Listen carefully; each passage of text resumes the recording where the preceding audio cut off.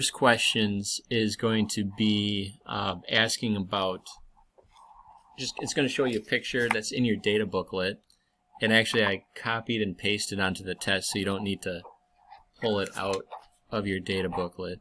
Where is it? There it is. And I'm not sharing. Let's share the screen. Nope, that's not it.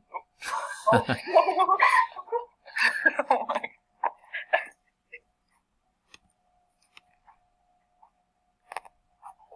All right. Do you guys see that? Yes. All right. So this is table 35, page 35 in a data booklet.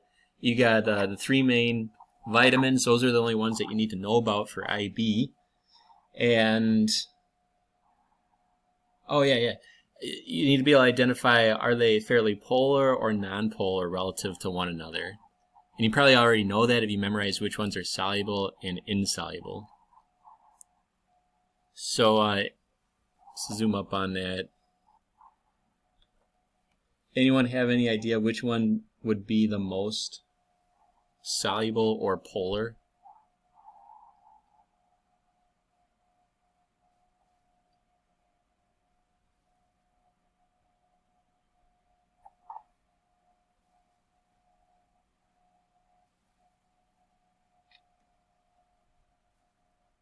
No idea?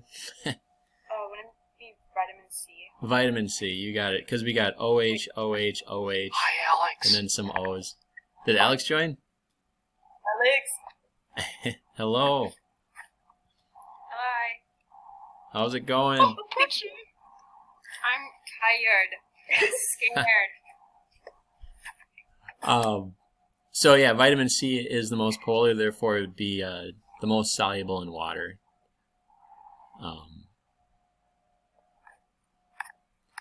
Anybody know which one would be the least soluble? No. Well, actually, vitamin A and D would be equally less soluble. Anybody know why they put vitamin D in whole milk and not in skim?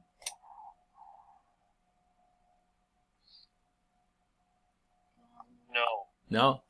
So, fun fact, whole milk has a lot of fat in it, and vitamin D is fat soluble because it's nonpolar. Fat is nonpolar. And actually, I forgot, I was making lessons for this next week on lipids. You haven't talked about or learned about fats and lipids, so that'll make more sense. Fats are nonpolar, therefore vitamin D and vitamin A are soluble in fat because they are also nonpolar. Oh, anybody know where the name vitamin comes from? So it has to do with something very vital. Not ringing a bell. So originally chemists found these molecules that were beneficial to health, and they had amines in them, so a nitrogen group. So they were vital amines, and that name changed to vitamins.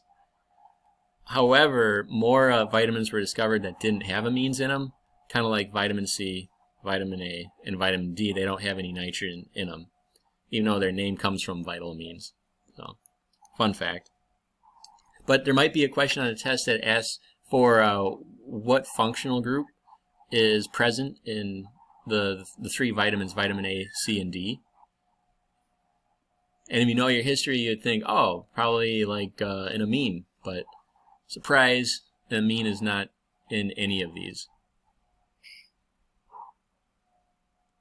So what functional group is present in all of them?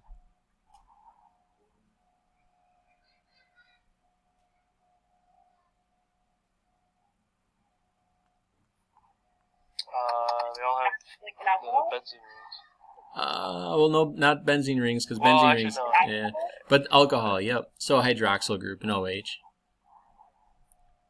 You could say double bond, is present. So, all right. Another question would be vitamin C, vitamin A, vitamin D. You need to know what are they good for. So Any ideas? Vitamin C. What's vitamin C good for?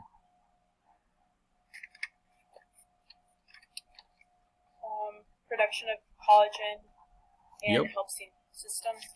You got it. So it helps the immune system, fight bacterial infection, production of collagen or connective tissue. And then another big one, it helps absorb this important metal, iron. Helps absorb iron into the body. And if you don't have enough vitamin C, what could happen?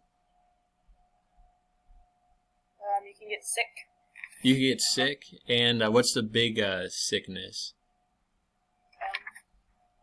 So the British Navy, they were called a bunch of limeys because they found that if they stored a bunch of limes on their ships and ate them. Lyme disease. I don't know. Well, no, that's something different. I'm not sure about it. Scurvy, you got it. Yep. Where your teeth fall out. scurvy! So, Didn't you do that, Alex? Yeah. so vitamin C prevents scurvy. Vitamin D. Any ideas what that's good for? Bones. Bones, you got it. So it helps uptake calcium into the body, which then helps your bones. And if you don't have enough vitamin D, then you could develop a bone disease like... Oh, I can't remember who did the bone disease one. What was beriberi? That's not the one. Not beriberi, no. No, not that one. So it starts with an R, makes you kind of like deformed a little bit, hard to walk. Rickets. Rickets, you got it. So that's the buzzword, rickets. Rickets. All Picture right. of it in the book is like so uncomfy. It's just like a naked baby.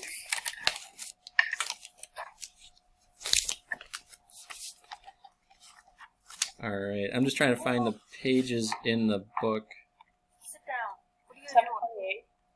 728. There it is. Yep.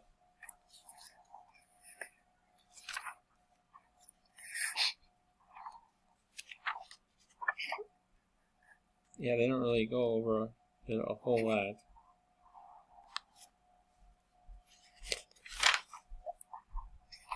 Oxidants, healthy eyesight. You got it. So it helps the retinols in the eyes, healthy eyes, antioxidants, vitamin A. Oh,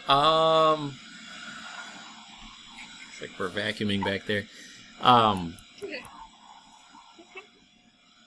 What's a way to prevent disease, and having the vitamins to prevent disease? Like, what are ways to do that? Eat your foods. Your food Boost your immune system by eating vitamin-rich foods. There you go, vitamin-rich foods. Yeah, instead of taking zinc supplements during COVID, you can eat bananas. Bananas have a lot of zinc in it. Did you see my comment? No, I didn't.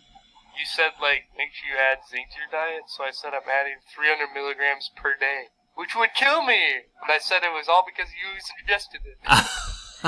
Well, yeah, not too much zinc. You know, they only say one pill, not 10. All right, so yeah, eat balanced diet, supplements. So take some pills, but not too many. And then there's two other possibilities. I think this was on page like 728, that little paragraph. IB likes doing that. They take one little paragraph from a 600-page book and plop a question.